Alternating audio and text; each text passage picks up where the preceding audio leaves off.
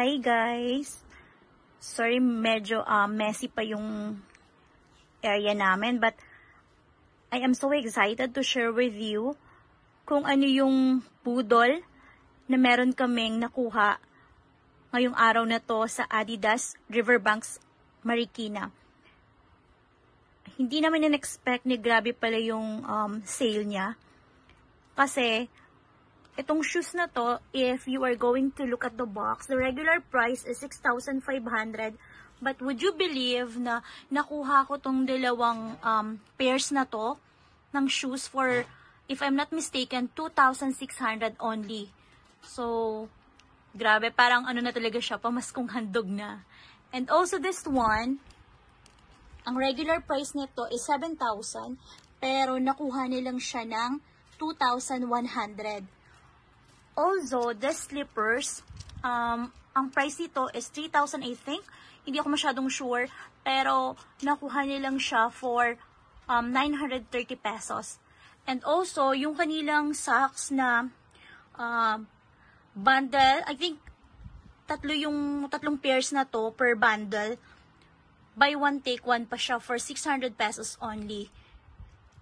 It's just so unfortunate na pagpunta namin doon, last day na pala ng sale. Actually, 70% off yung kanilang sale. Pero feeling ko hindi lang ganun yung nakuha namin sa kanila. Sobrang, ano talaga siya, Boodle of the Year. Kasi, itong dream shoes ko na to, hindi ko talaga to bibilhin sa regular na, or sa original price niya. So, nagulat ako na isa lang yung kailangan ko. So, nabilhan ko pa ng other pair yung pamangkin ko. So, may Christmas gift na ako para sa kanya.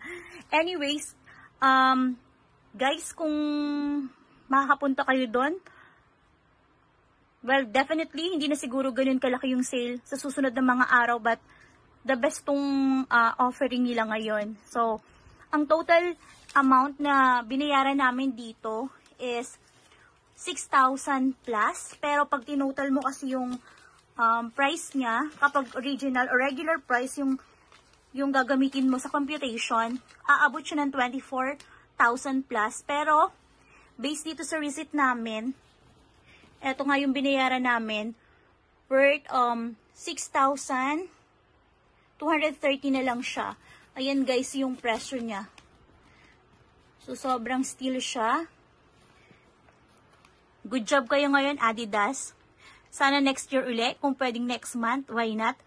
So guys, in case lang na maliligaw kayo doon or mapupunta kayo doon, try nyo din. Baka maka-chamba din kayo sa Adidas sa kanilang napakagandang sale. Yan lang. Thank you!